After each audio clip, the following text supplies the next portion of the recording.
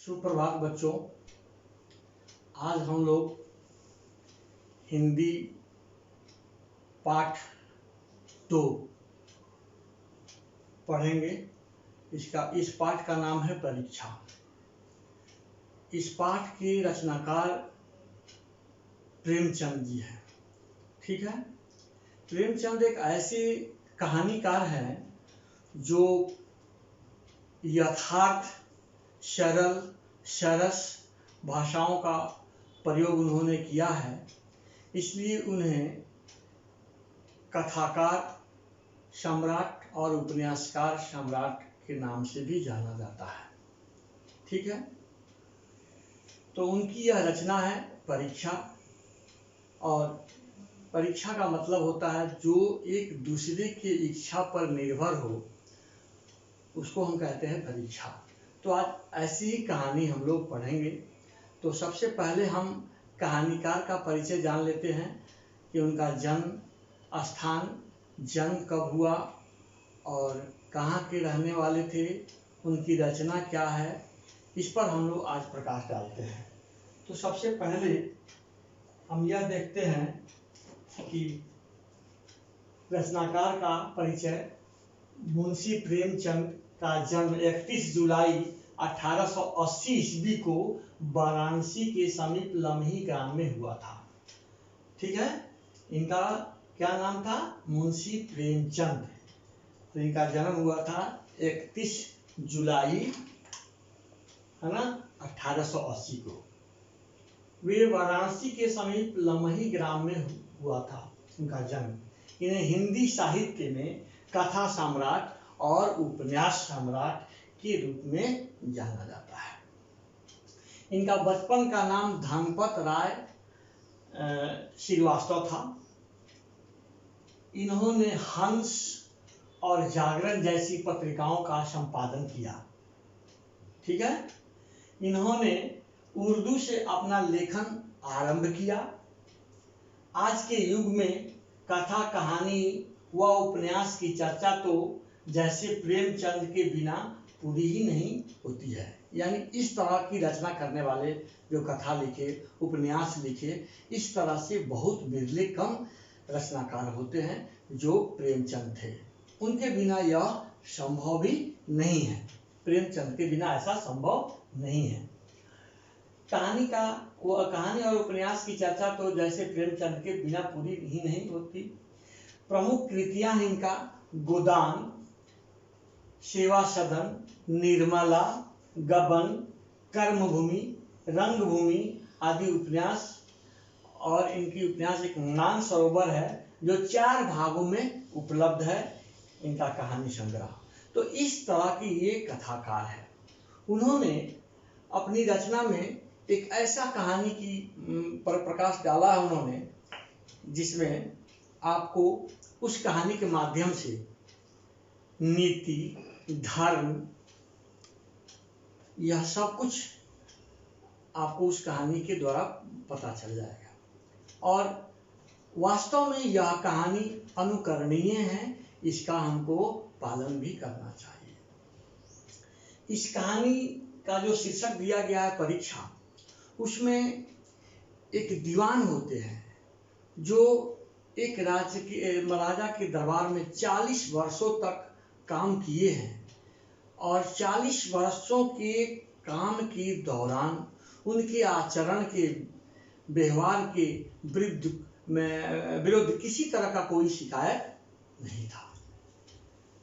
सुजान सिंह उनका उस राज का दीवान थे। उनके मन में यह बात आ गई कि मैं 40 वर्षों तक इस पद को संभाला हूँ, अब मैं वृद्ध हो चुका हूँ। तो मेरी यही प्रयास है कि अब मुझे इस पद से निवृत्त कर किसी नए व्यक्ति को एक अवसर प्रदान किया जाए। और इस बात को लेकर वे अपने महाराज के पास जाते हैं। और इस प्रस्ताव को जब वे रखते हैं तो उसके महाराज को इस बात से बहुत दुख होती है कि अब इस तरह के कर्मठ, योग्य, सहनशील, कर्तव्यनिष्ठ और ईमानदार व्यक्ति मिलना असंभव है। तो उन्होंने इस बात को स्वीकार करने से मना किया, परंतु सुजान सिंह अपनी विचार, अपनी इच्छा को बार बार व्यक्त करते रहे। अंत में राजा ने कहा कि ठीक है, यदि आप अपनी इस पदवी को त्याग करना चाहते हैं तो मेरी यह इच्छा है कि आप अपने अनुकूल वैसे व्यक्ति को ढूंढिए जो आपके तरह निखरा हुआ हो, जो कर्तव्यनिष्ठ हो, ईमानदार हो, उसमें सहानुभूति प्रकट करने की क्षमता हो। ऐसे व्यक्ति को ढूंढना अब आपका कार्य है। ठीक है, इस तरह का प्रस्ताव जो है राजा के द्वारा अपने दीवान के पास इस बात को रख दिए। अब आइए किताब के माध्यम से जानते हैं कि राजा ने उनको क्या सुझाव दिया कि ठीक है, मानवीय गुणों के आगे शैक्षणिक उपाधियों का कोई मूल्य नहीं होता। आदमी ग्रेजुएट होता है, पोस्ट ग्रेजुएट होता है, उससे उतना मतलब इस राज दरबार में नहीं है। मुंशी प्रेमचंद द्वारा रचित इस कहानी में दीवान सुजान सिंह द्वारा आयोजित ऐसी परीक्षा का वर्णन है। इस परीक्षा में महत्व व्यक्ति की डिग्री का नहीं, बल्कि उसके मानवीय गुणों जैसे साहस, दया, आत्मबल, सहानुभूति इत्यादि को दिखाया गया है कि मुझे वैसे ही व्यक्ति की तलाश है जिसमें योग्यता से बढ़कर इस तरह का आचरण पालन करने वाला व्यक्ति हो। उसमें आचरण में क्या क्या है?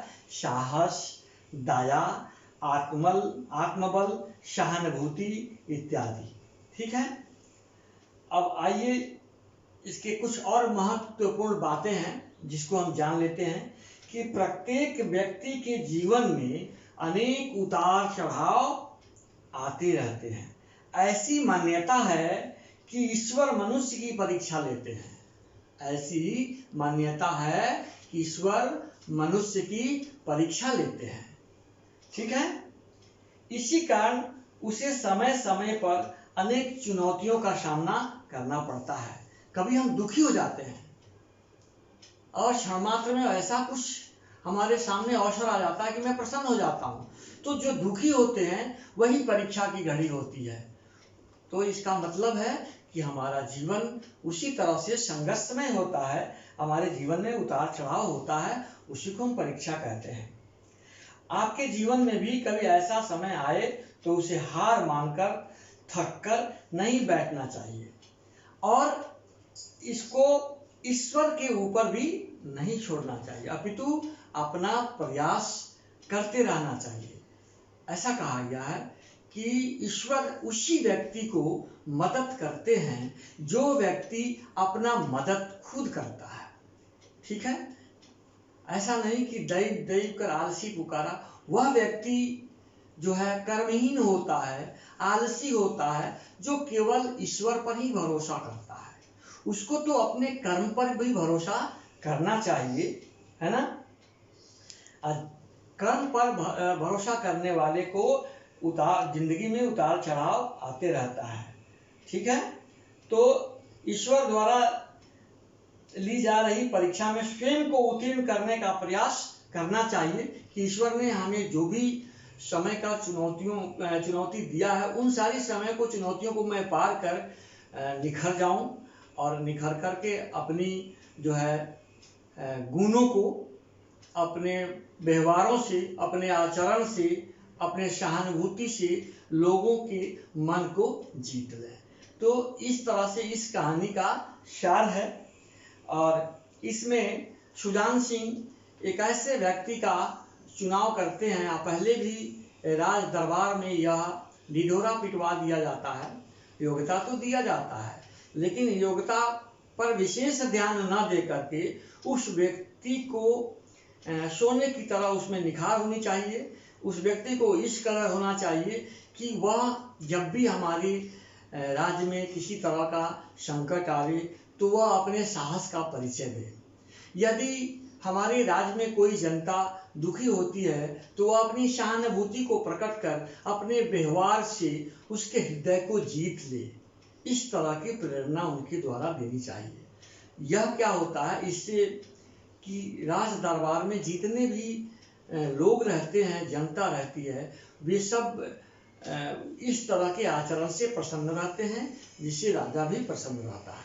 तो ऐसे ही एक योग्य व्यक्ति की तलाश इस सुजान सिंह के ऊपर रख दिया है राजा ने कि आप वैसे ही व्यक्ति को चयन कीजिए जो आपके तरह खरे उतरे, और यह आपके ऊपर निर्भर करता है कि आप किस तरह का व्यक्ति को आप नियुक्त करेंगे।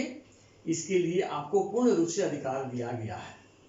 तो उसमें सुजान सिंह 1 महीना का समय देते हैं। सभी लोग उनके विज्ञापन को पढ़ करके उनके दरबार में आते हैं और अपना अपना समय व्यतीत करते हैं।